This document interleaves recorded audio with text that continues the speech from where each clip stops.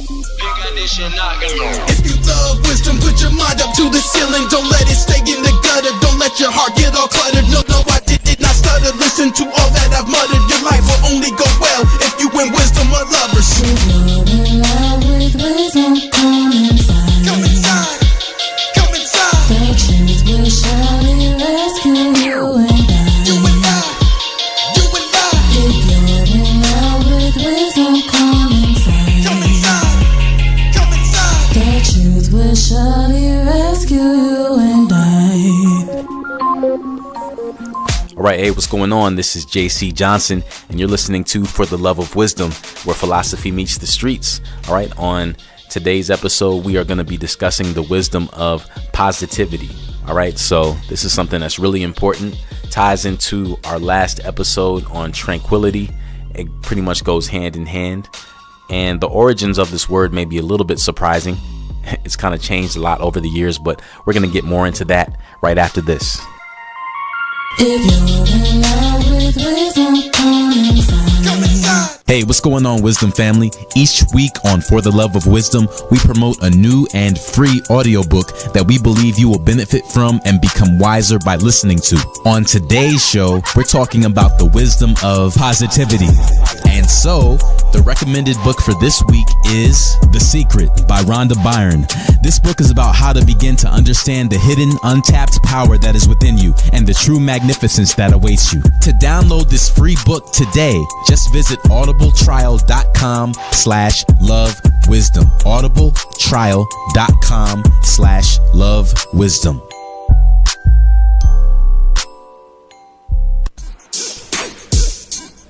All right, welcome back. You were listening to For the Love of Wisdom, where philosophy meets the streets. All right, and today we are discussing the wisdom of positivity. Just a quick recap. If it's your first time listening to the show, this is a show about philosophy, and on each episode, it goes, it's pretty much talking about the same central theme. Even though each episode is a different topic, ultimately it comes down to loving wisdom. So you may say, why is the show called For the Love of Wisdom? Well, it's simple. It comes from a breakdown of the word philosophy. If you look at the word philosophy, it was formed by two Greek words, philo and sophos. And that first word philo means love, and that second word sophos means wisdom. When you put the two together, philosophos or philosophia, it means philosophy. That's where we get the English word philosophy. And wisdom is really all about having a good sense of things, being able to make proper judgments. It's about having insight, correct insight, so that you can discern the right things and make good decisions in life. All right, so on the last episode, we discussed the wisdom of tranquility, and tranquility basically is just about being calm, quiet, peaceful, placid, composed, untroubled, undisturbed, being serene.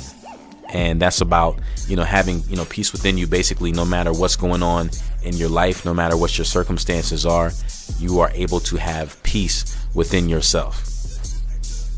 And an awesome verse that we looked at last time, it was from Colossians 3:15, where it says, "And let the peace of Christ rule in your hearts."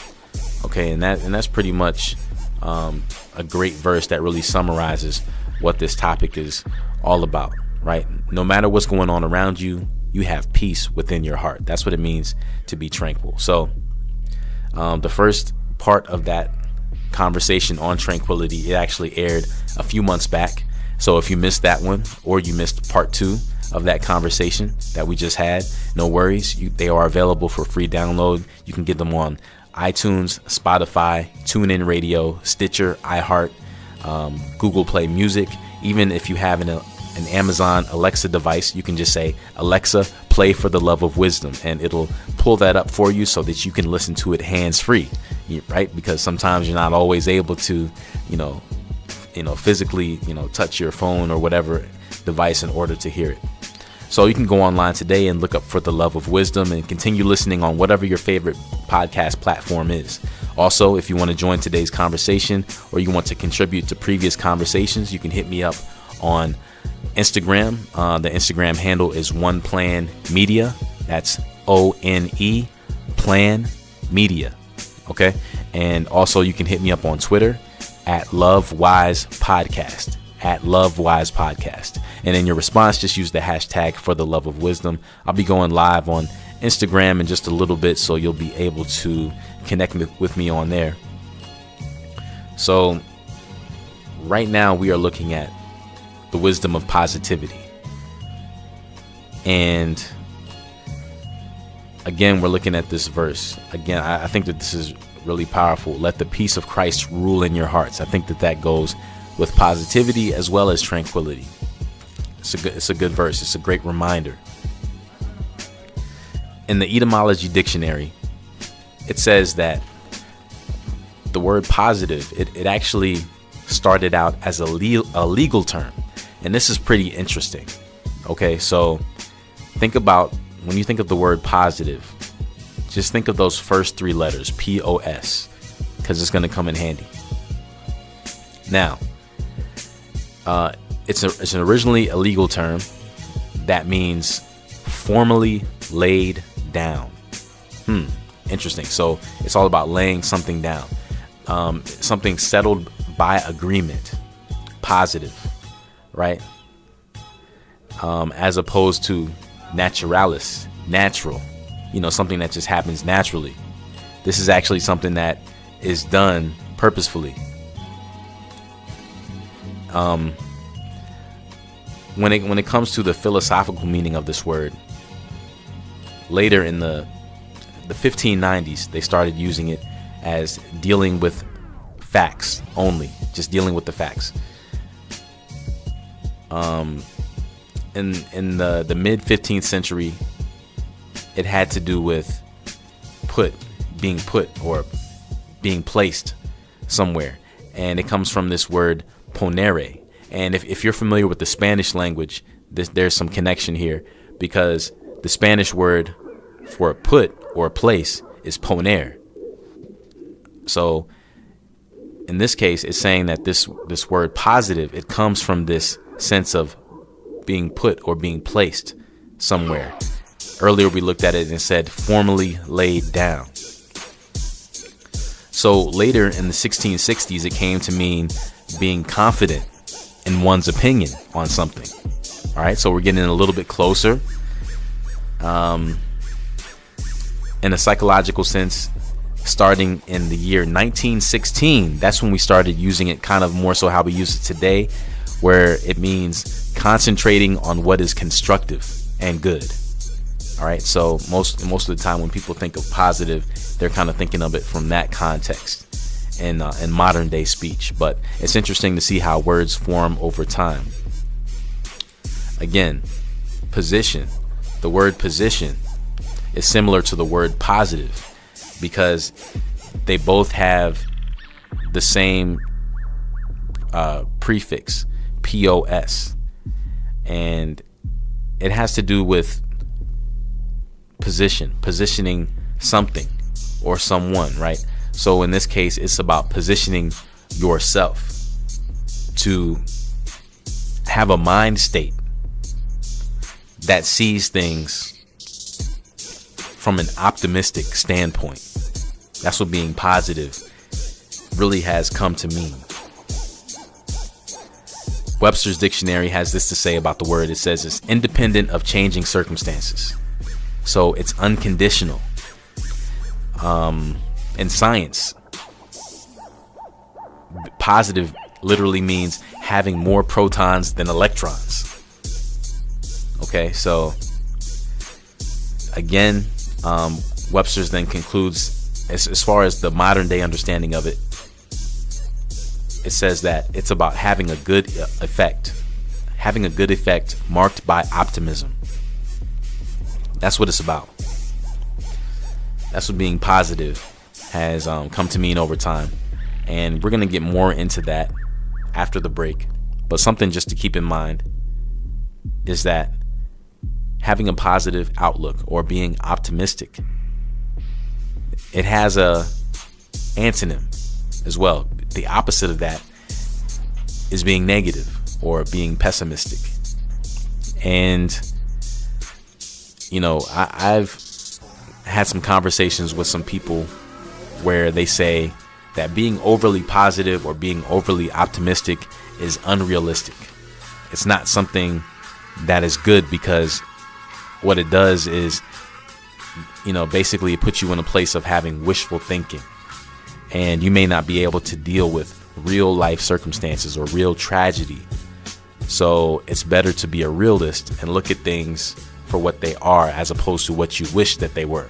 And I agree with that. I agree. You know, we shouldn't, you know, if you see somebody running at you with a knife, you don't want to say, well, I just want to be positive. And, you know, I think that no one's running at me. I think that that's just, you know, something in my eye or whatever. No, that knife is going to be in your eye if you don't pay attention to that, right? So there are times when we need to say, no, this is something really bad that's happening. I'm not going to sugarcoat it. I'm not going to make an excuse for it.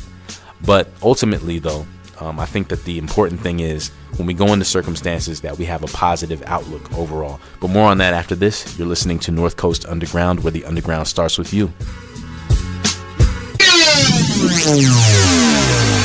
You're now listening to For the Love of Wisdom on NorthCoastUnderground.com, where the underground starts with who? No other but you. All right, welcome back. You're listening to For the Love of Wisdom, where philosophy meets the streets.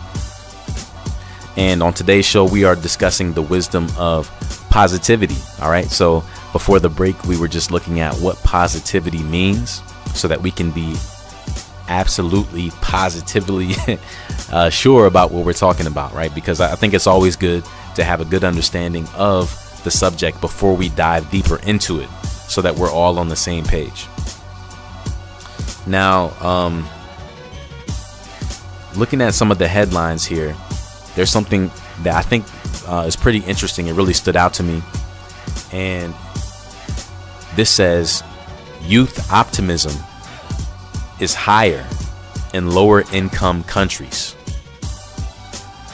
That's something to think about. Youth optimism is higher in lower income countries, not lower. So why is that? Why is that?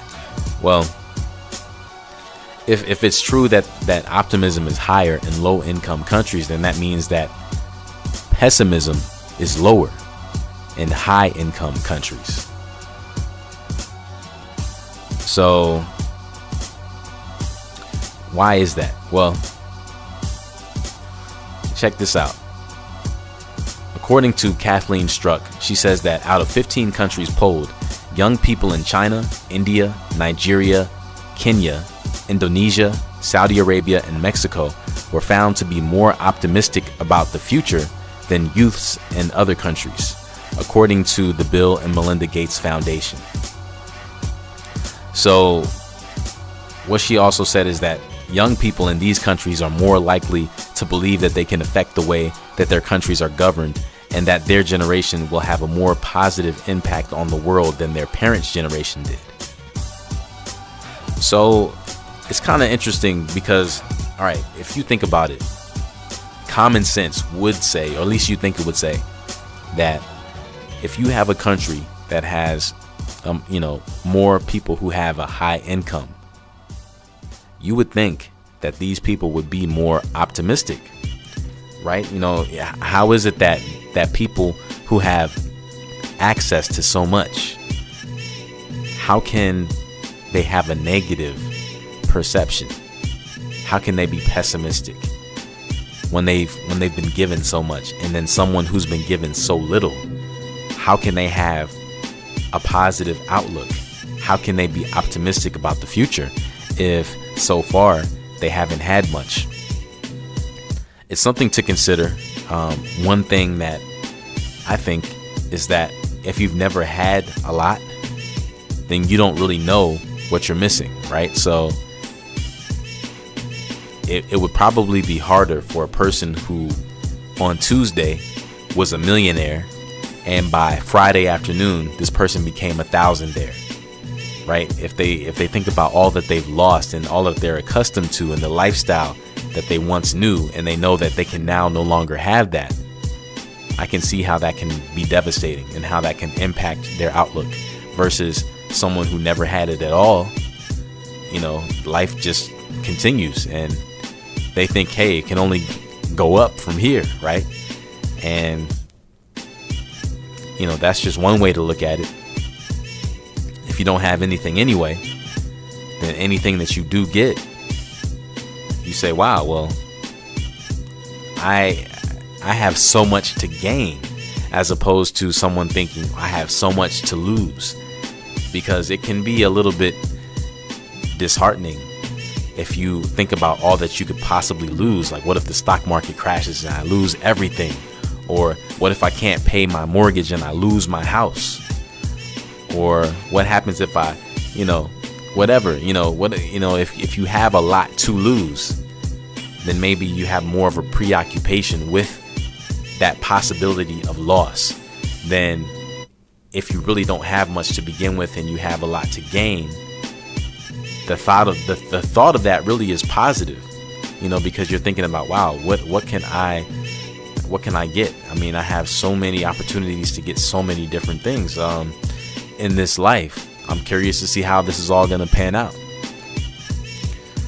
But in the poll, it says that Australia, France, Germany, Great Britain, Sweden, the United States, and Saudi Arabia, all of these places are considered to be high-income countries. And the low-income countries were Brazil, China, India, Indonesia, Kenya, Mexico, Nigeria, and Russia. Yet it seems that people were much happier in those places. In the lower income countries, they were happier and they were more content. But it says that youths who are in the lower and middle income countries reported the highest level of optimism. And in the US, 35% of youths and 18% of adults reported feeling optimistic about their country. Now those are low numbers. It's low for the youth, but it's extremely low for adults. And I guess it makes sense, because a youth who hasn't had as much they haven't had as much contact with maybe real world situations, such as some of the stuff that we were talking about, like the stock market crashing or them losing everything or losing their house, things like that. They probably haven't had to face those things. So it can make sense why the optimism level would be doubled among them, and they're at 35%. But still, that's still low. 35% compared to 65% is low. But then when you look at adults who have lived life, who have seen some things, this is saying that their level of optimism among most adults, it's only 18% of adults that feel optimistic about the United States. How is that when the United States is one of the wealthiest nations in the world? Well, it just goes to show you that money cannot buy you peace. Money cannot buy you a positive outlook. That's something internal. That's something that you can't buy. So Brazil, Sweden, Germany, Great Britain, and France. It's not just the United States, but also these countries as well. They report feeling less optimistic. And these countries are places that have a good amount of wealth compared to, you know, some other countries like India, Kenya, Mexico, Nigeria. So in response to the sentence, "My generation is better off than my parents were," both Chinese youth, 90% of them, and adults, 80% of them, were most positive. So 90% of youth in China are optimistic about their future. Only 35% of youth in America, in the United States of America, are optimistic about their future. 80% of Chinese adults are optimistic about their future. Yet only 18% of United States adults are optimistic about their country and about the future. How is this possible? These numbers are so different from each other, right? I mean, we're talking about two complete opposite ends of the spectrum. And this may not mean a whole lot to people now, but you have to remember, if this is the case, then this is telling of the way that each country ultimately is going to turn out if something is not different.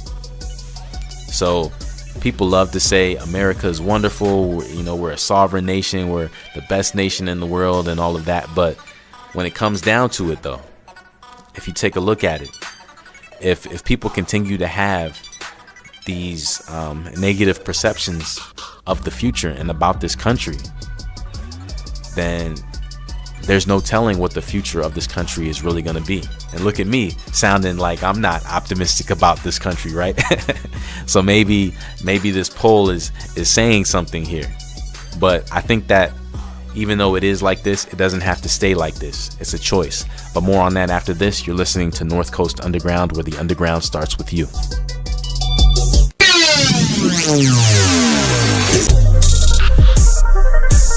Hey everybody, you're listening to For the Love of Wisdom, where philosophy meets the streets. With your host, Jason Johnson.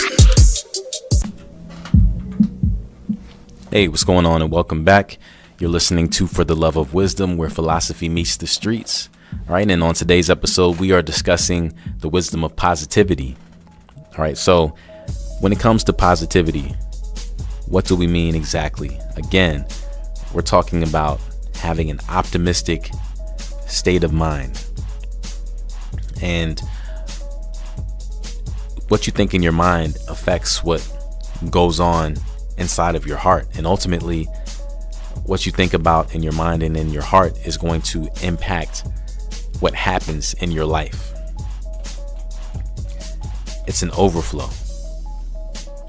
And I think a really good book that talks about the power of positive thinking is a book called The Secret. And this is one that I'm recommending to you to check out this week, because if you haven't read it already, it's something that's pretty awesome. And this book, again, is something that you can download for free. Just go to audibletrial.com/lovewisdom. And when you go to that website, this will allow you to be able to download this book for free.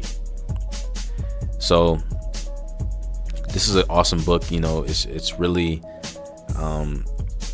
about tapping into that untapped power that's within yourself. It's being able to unleash good things in your life through how you think. So just a few quotes from the book that stood out to me that I think do a good job of kind of explaining what this whole thing is about. I have a few here that I want to share with you, and hopefully this will encourage you to want to go and check out the book. Again, you can download it for free at audibletrial.com/lovewisdom. All right, so the first quote here says, "Instead of focusing on the world's problems, give your attention and energy to trust, love, abundance, education, and peace."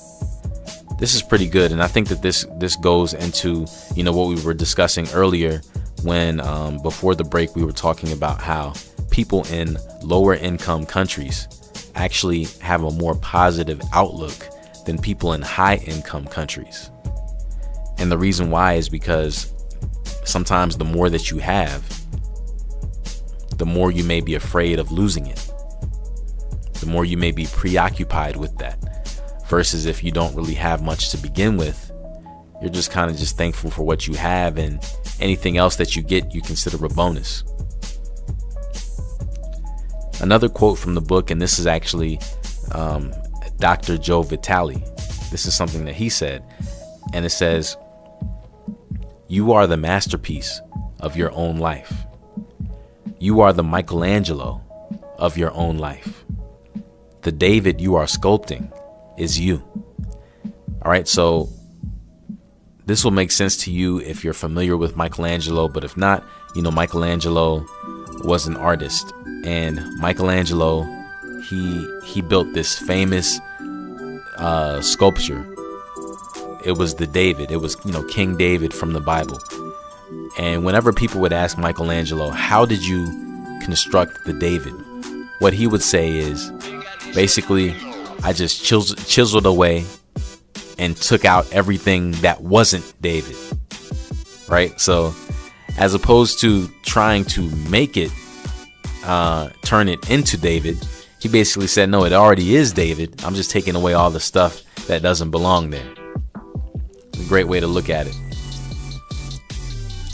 But basically, what this quote is saying, when it says that you are the masterpiece of your own life, the David you are sculpturing is you. You have to understand that everything that you do, everything that you say, everything that you think, it all ultimately will impact your future. It's going to impact the way that you ultimately turn out. So for good or for bad, it's important that you have a positive perspective. Another one here. It says, you will attract everything that you require. If it's money you need, you will attract it. If it's people you need, you'll attract it. You've got to pay attention to what you're attracted to, because as you hold images of what you want, you're going to be attracted to things and they're going to be attracted to you. But it literally moves into physical reality with and through you. And it does that by law. And that was something that Bob Proctor said in the book. But this is really powerful when you think about it, because if there's anything in your life that you want, or maybe certain people that you think you need to be connected to in order for maybe your business or some idea that you have to go to the next level, it's very possible to be connected with these people. Nothing is impossible. But the more that you think positively about it, the more that you expect it, the more that you put your focus on the good things that are going to happen to you, as opposed to the bad things that you hope don't happen to you, right? Whatever you focus on is saying that that's what you're going to get. Here's another quote. It says, it is impossible to bring more into your life if you are feeling ungrateful about what you have. Why? Because the thoughts and feelings you emit as you feel ungrateful are all negative emotions. And that's very true. It's something that a lot of people may not want to admit, but those negative emotions can really have a horrible impact on you ultimately.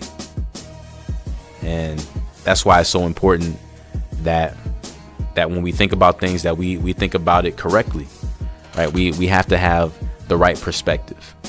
Here's another one from the book that I think is pretty cool here. And it says that a person who sets his or her mind on the dark side of life, who lives over and over the misfortunes and disappointments of the past, prays for similar misfortunes and disappointments in the future.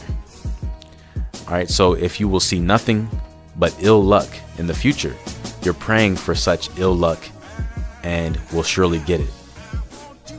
Now, this is really important. This is something to keep in mind, because this is saying that really, just as we've been saying, what you think influences what you're going to get, right? So if you're thinking about things in a negative, from a negative perspective, it's saying that ultimately what you're going to get is something negative. But if you're thinking about something positive, then ultimately what you're going to get is positive. Another one here, it says, your life right now is a reflection of your past thoughts, and that includes all the great things and all the things that you consider not so great. Since you attract to you what you think about most, it's easy to see that your dominant thoughts have been on every subject of your life, because that is what you have experienced until now, right? So ultimately this is saying that if you really, were to like just take a look back at your life, really think about it and examine the things that have happened, a lot of it came out of your mind, right? If you said to yourself, one day I know that I'm gonna graduate from college, for example, you say that, ultimately you know that that's something that's going to happen, right? When you look back at it, you say, wow, I actually did it. It's not a coincidence. It happened because you believed it. Now, if you say, oh, I'll never amount to anything, or one of my teachers or a parent once told me I'm never going to be anything, and you keep meditating on that, you keep thinking about that, then most likely that's going to happen. That negativity is going to come to life as well. So what we think about is really important. So we have to be careful of what we think about, what we meditate on. That's why the Bible says, meditate on my word day and night so that things can go well with you. It doesn't say meditate on your negative circumstances or meditate on your fears, right? It says meditate on my word. But more on that after the break. You're listening to North Coast Underground, where the underground starts with you. It's your boy, Tear It Up, Tommy Tom from Beyond Sports, and you're listening to For the Love of Wisdom with your host, Jason Johnson. All right, welcome back. You're listening to For the Love of Wisdom, where philosophy meets the streets. All right, and we're getting ready to conclude the show for today. I'm so glad that you could hang out with me this afternoon. It's been an awesome couple hours as we discussed tranquility in the first hour, and then the second hour we're talking about positivity. And so just to conclude this segment here, I really want to take a look at what some notable people have to say about positivity, and then we're also going to go into what the Bible has to say about it as well. So if you take a look with me here, or listen with me here, here's an awesome quote from Willie Nelson. And again, right now we're on Instagram Live, so you can join the conversation that way. Just go to One Plan Media. That's the handle, One Plan Media, and that's ONE Plan Media on Instagram. Or you can hit me up on Twitter at LoveWise Podcast. All right, so here we go. It says, this is a quote from Willie Nelson. I think this is pretty cool. It says, once you replace negative thoughts with positive ones, you'll start having positive results. Simple. It's simple. That goes into what we were talking about before as we were looking at some quotes from the book The Secret. Here's another one from Jen Prosky, and it says, love yourself. It is important to stay positive because beauty comes from the inside out. And that's really important too, because really how you are internally, it's going to come out. It's going to come out, whether you like it or not. And if you want people to have a positive type of experience with you and walk away with something good after interacting with you, then it's important to make sure that what is inside of you and what you're putting into you is positive, right? So what are you feeding yourself? Are you feeding yourself a lot of negativity? Are you feeding yourself a lot of fake news? Or are you feeding yourself truth?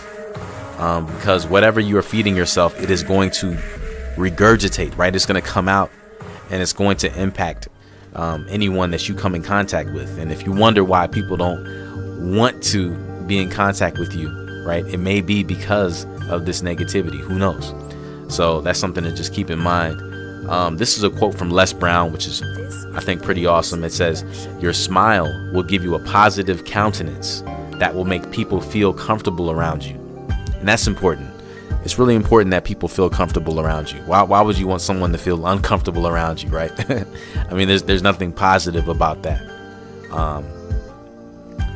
Unless you're in war, for example, and this is your enemy, right? I guess you don't want them to necessarily feel comfortable. But then again, maybe you do, because that's how you can come with the sneak attack and then you can actually win, right? So yeah, really, I don't think that there's any circumstance where it's a bad thing for someone to feel comfortable around you. They should. So that's a good quote from Les Brown.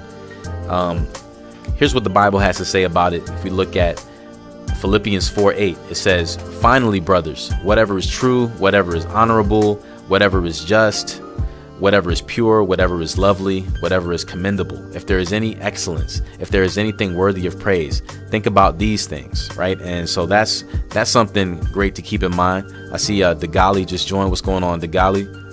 On Instagram live right now. Again, you can join me. Just follow me on Instagram at One Plan Media, and you can join in on the conversation there as we are discussing the wisdom of positivity and taking a look at what the Bible has to say about it. Here's another one from Romans chapter 8, verse 28.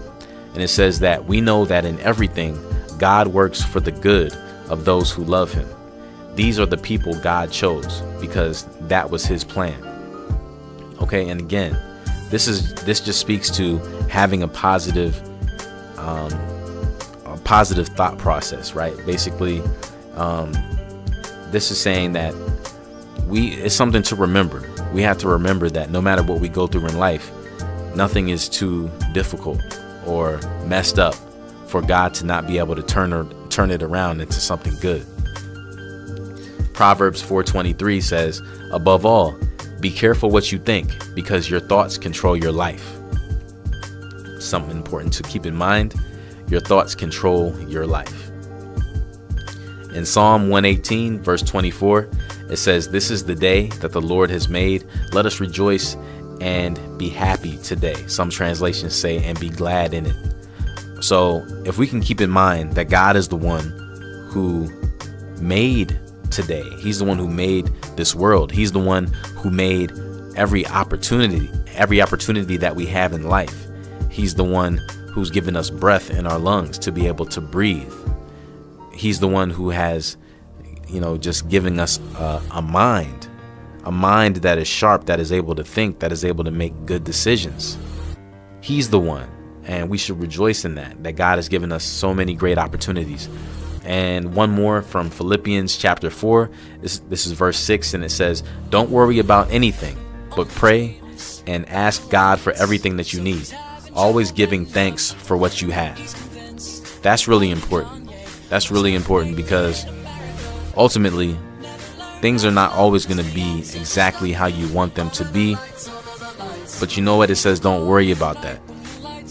If you know it, then surely God knows it. And if God knows it, then he's going to make sure that you have what you need, because he doesn't want to see you out here not having what you need in life, right? He wants me and you to be more successful than we even want it for ourselves, because ultimately it brings him glory. It shows his goodness. It's great marketing. It's great advertising for him, right? To show his majesty, to show his awesomeness, to show his goodness to everyone else. So God wants it. God wants it for you more than you want it for yourself, and that's something that's really important to remember. That is really all that we have for today. We're getting ready to wind it down as we are going into the 6 o'clock hour, but I'm so thankful that you could join me today as we are discussing the topics that we discussed. And again, you can always listen to past episodes online. Until next time, see you then. JC Johnson, for the love of wisdom, where philosophy meets the streets. Knowledge is power, power is money, and money makes the world go round. Money, power, respect, I get it. Higher, learning, yeah, I'm with it. Only get better with time, keep got on my mind with wisdom. There's no limit, there's no limit. Get up and get it, can achieve the impossible, conquer every obstacle. Exhausted from grinding, constantly push and do what they say I could. Life is what you make it. Knowledge is power, don't let them take it. If you're in love with wisdom, come inside. Come inside. Come inside. The truth will surely rescue you and I. You and I. You and I. If you're in love with wisdom, come inside. Come inside. Come inside. The truth will surely rescue you and I.